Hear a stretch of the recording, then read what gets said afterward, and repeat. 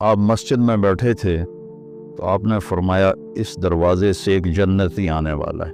تو ایک انصاری صحابی مدینے والے، وہ اتنے نامعلوم ہے کہ ان کا نام کسی حدیث میں نہیں آیا، ان کے ہاتھ میں جوتا تھا اور داڑھی میں وضو کا پانی تھا، وہ آ کے بیٹھ گئے، کسی نے بتایا بھی نہیں کہ تیرے بارے میں اللہ کے نبی نے یہ کہا۔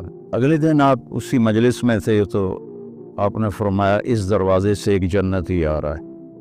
تو وہی صحابی جو کل آئے تھے اور اسی شکل میں، جوتا ہاتھ میں، داڑھی کا وضو کے پانی سے وہ پانی۔ تیسرے دن آپ نے فرمایا اس دروازے سے ایک جنتی آ رہا ہے، پھر وہی صحابی۔ تو اس مجلس میں ایک صحابی ہیں جو 3 دن سے بیٹھ رہے تھے، ان کا نام ہے عبداللہ بن عمر۔ صحابہ میرے نبی کے تھے 1.5 لاکھ یا 2 لاکھ، کوئی کسی نے گنے تو ہے نہیں، اندازہ ہی ہے۔ ان تمام صحابہ میں یہ سب سے زیادہ عبادت کرنے والے، ان سے زیادہ کوئی عبادت والا نہیں تھا۔ ساری رات تہجد پڑھتے تھے، سارا دن روزہ رکھتے تھے اور 24 گھنٹے میں ایک قرآن ختم کرتے تھے، یہ کسی میں طاقت نہیں تھی۔ تو ان کو خیال آیا کہ زیادہ عبادت کرتا ہے، 24 گھنٹے تو سارے میں نے فل کیے ہوئے ہیں، تو اس کے 25 گھنٹے میں دیکھوں گا وہ کیا کرتا ہے۔ تو اگلے دن وہ ان کے پاس چلے گئے، کہنے لگے چچا جان میرے ابا مجھ سے ناراض ہیں، تو میں 2-3 دن آپ کے پاس گزار لوں؟ ان کا بیٹا بالکل ضرور آ جاؤ۔ تو وہ اب عشاء کے بعد وہ جلدی سے انہوں نے چادر اوپر لی، اس میں تھوڑا یوں سوراخ بنا کے نا ان کو دیکھنے لگے کہ اب یہ کیا کرشمہ کرتے ہیں۔ وہ آئے اور سونے کی دعا ہے رات کی، اللہم بسمک اموت و احیا، انہوں نے دعا پڑھی اور تھوڑی دیر بعد ان کے خراٹے شروع ہو گئے۔ اب یہ انتظار کر رہے کہ ابھی اٹھیں گے، ابھی اٹھیں گے، ابھی اٹھیں گے، تاکہ فجر کی اذان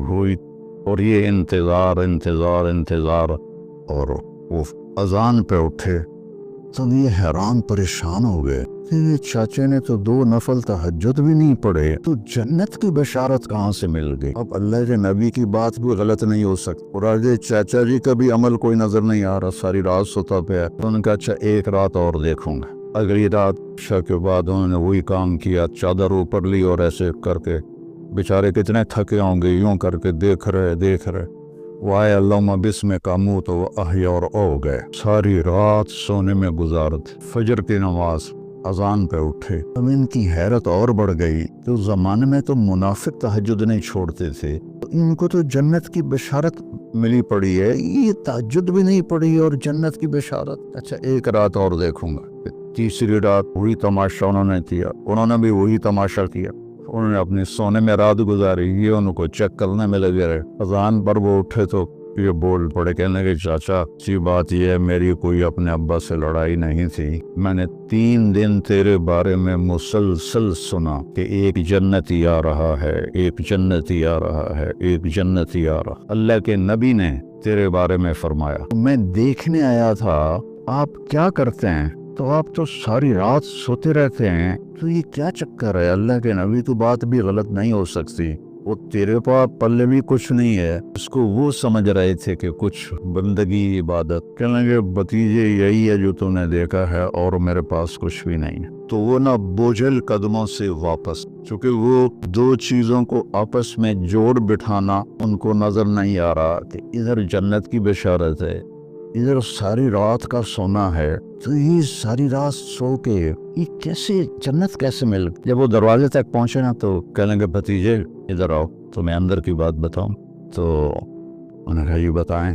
تو کہنے لگے یہ جو دل ہے نا، اس میں کسی کی نفرت کوئی نہیں، اس دل میں کسی کی نفرت کوئی نہیں، اور مجھے کسی سے حسد کوئی نہیں ہے۔ اللہ جب کسی کو کوئی نعمت دیتا ہے تو مجھے کبھی حسد نہیں ہوا، اور اس زبان سے میں نے کبھی کسی کو تکلیف نہیں پہنچائی۔ وہ کہنے لگے ہوا اس نے اگو یہ پھٹا تھوڑا نہیں تو میں ڈے نہ کھاؤں، ہوا یہی ہے، اور آگے کہنے لگے یہ ہمارے بس میں نہیں ہے۔ اللہ کے بندوں سے دل صاف رکھنا۔ اپنے گھروں میں اگر آپ کئی میاں بیوی آئے ہوئے ہیں، اپنے گھروں میں خوشی دیکھنا چاہتے ہو تو وہ پیسے سے نہیں آئے گی، وہ آپ کے اچھے اخلاق سے آئے گی، کہ اچھے رویے سے آئے گی، برداشت کرنے سے آئے گی، ایک دوسرے کی برداشت کرنے سے آپس میں محبتیں قائم ہوتی ہیں چیزوں سے نہیں